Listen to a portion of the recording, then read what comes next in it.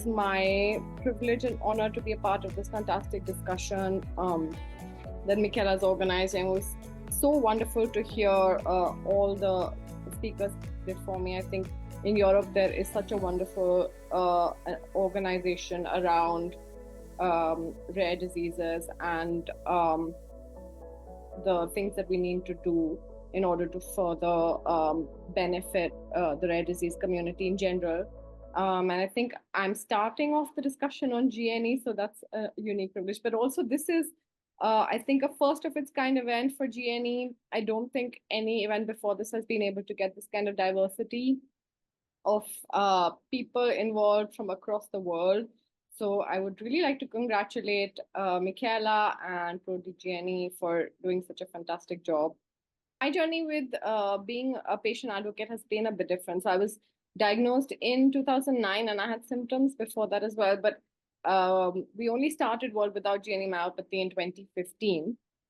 So there was a long period of time when I didn't, between my diagnosis and my realizing that advocacy efforts were essential. And what motivated me was when I was diagnosed, there was the sialic acid trial that was going to start, and it gave all of us hope that there would be a treatment coming for GNE soon. But when the sialic acid trial got discontinued, I realized that this was going drug development for GNE was going to be a much more complex effort, and it needed to involvement of many more people across the spectrum of the community for us to be able to do this successfully. So that's what motivated us to start WWGM towards trying to find a drug for GNE myopathy. That's kind of what motivated me. And I just wanted to sort of give, and along this journey, sort of a lot of things have happened for me personally. So I was a practicing lawyer, and then I got diagnosed, and then I moved into academia, and I did my PhD in Europe at a time when I was progressing quite significantly. So there were a lot of challenges for me, and I lived in Italy for a year in 2012, which was, I think, the best year of my life. So I really wish I could have been there because I love Italy. And I'm sorry to be doing this virtually. But also I really, as an academic, I really enjoy the work that I do. And sometimes we do feel that the time we spend in advocacy takes away from some of the other things that we do. But I think it is absolutely essential to do this. And that's why I think most advocates do it. It's not because they have nothing else to do or they get anything out of it. It's essentially because without advocacy in rare disease communities, I think it's very difficult for effective mechanisms of drug development to happen.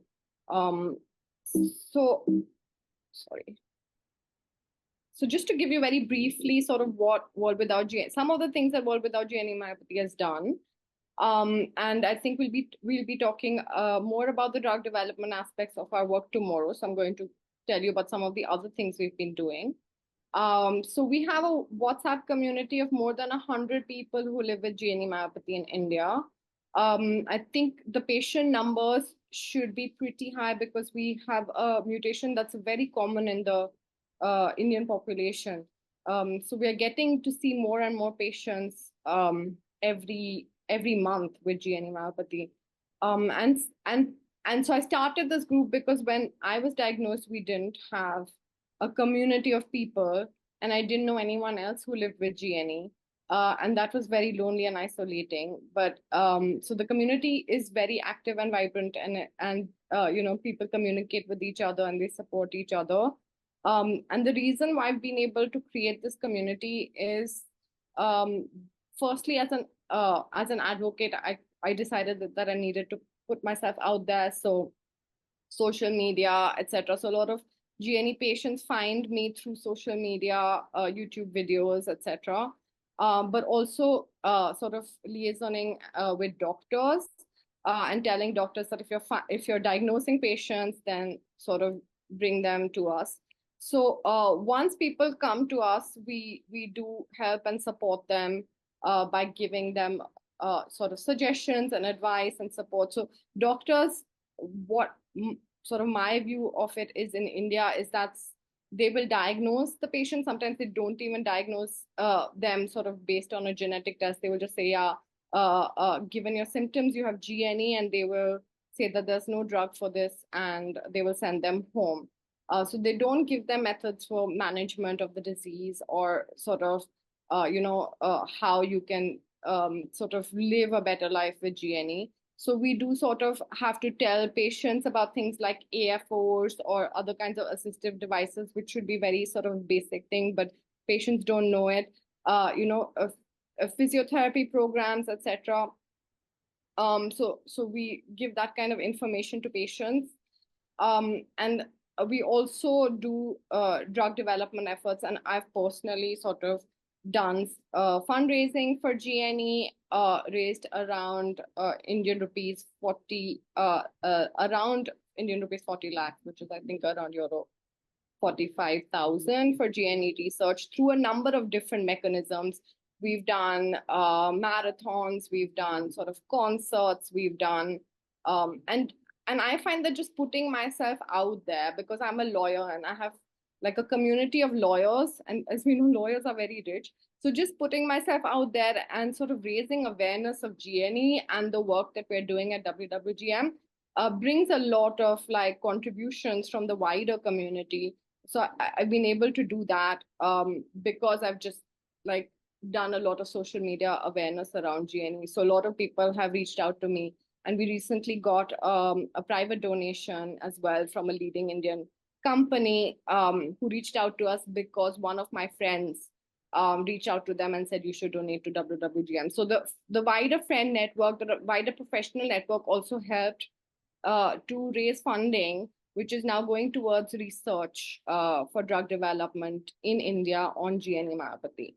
So I think that as patients living with this disease, there are a lot of different ways by which we can contribute to furthering the benefit of the disease. Just talking to people, prioritizing sort of the disease can be really helpful. And what I've seen in my own personal journey is that a lot of people have come forward and said, you're doing this work. How can we help you with this work? So I know that sort of we're running short of time, so I'm going to try and be brief. So what does advocacy mean to me? So this is a very personal sort of um, uh, understanding of advocacy, but also as an academic, I'm presently doing a study on how we can encourage more cooperation from rare disease communities towards drug development efforts. So I'm doing a survey on that, and specifically within the GNE myopathy community. And what we find is that it's mostly a 0 or 1 approach, which is that patients are either very limitedly involved or they're very, very heavily involved in advocacy efforts. So there aren't too many people in the midway category that are involved in some way. So it's either 0 or 1. And I want to say that advocacy is about dedicating your time and effort for the benefit of the community, but it doesn't have to be about like making it your life's purpose. It's about having that commitment to a common goal. That common goal is about furthering the interests of your community or of the rare disease community overall, either through drug development or other efforts. And so once that is a common goal that everyone recognizes, and commits to working towards, I think that can be something that can make a difference. So in the study that we've been doing, we found that the more common reasons why patients don't cooperate is because they don't really understand the science. They don't understand sort of how they can help. So they say we want to help, but we don't really know how to help. And they feel that this is not really their job. This is the job of someone else, like the government, to do. So here I feel that as patients, we need to understand um, that we are in a slightly different situation in a rare disease with respect to other kinds of diseases. For instance, in India, the rare disease policy says very clearly that the Indian government cannot be responsible for funding treatments for rare diseases because there is a much larger public health disease burden in India. So the government has said very clearly that policy-wise, we want to focus on the larger disease burden and not on rare diseases. So then, you know, who is going to really help the rare disease community? That must come from the patients, because if the patients are not involved, there's no it's very unlikely that other people are going to get involved in this effort. So I think a large part of being an advocate is just understanding that and committing to that. And then sort of solidarity with others in the community. For instance, Michaela's organized this absolutely fantastic event. And as advocates, we should participate, engage, and show our solidarity with the people who are taking this kind of effort in the community, because this effort is not easy, and it's a lot of effort. So the other thing is sort of, because it's so hard for as a patient to live your life on a daily basis, it's understandable not everyone can sort of move beyond that and think of the larger community's purpose. But I think moving beyond your sort of everyday challenges is sort of a very important part of advocacy, because it gives you a broader understanding of sort of what is it that we need to do, where it is that we are at right now as a community, rather than sort of us thinking about sort of why nothing is happening, and then sort of believing that we can make a difference. So whatever we do, sort of however small it is, because there's so little happening in the space right now, um, you know, it makes a huge difference. So it's important for us not to question that, and to understand that sort of whatever we do, it will sort of, because there is nothing literally happening right now, anything that we do is a plus for the community. So that's important for us to understand. I don't think there is any one size fits all approach to advocacy. So I think that advocacy can be done in a lot of different ways, and we don't have to think that just because we can't do, say, an X thing, that we can't be a patient advocate. I think we can sort of look at what our individual strengths are. We can look at what our maybe professionally, what is it that we're trained to do, what kind of skill sets we have, and how we can contribute, say, our specific skill sets to GNE. For instance, if someone is an artist, they can do like a fundraiser around paintings. So there's so many different ways by which we can contribute.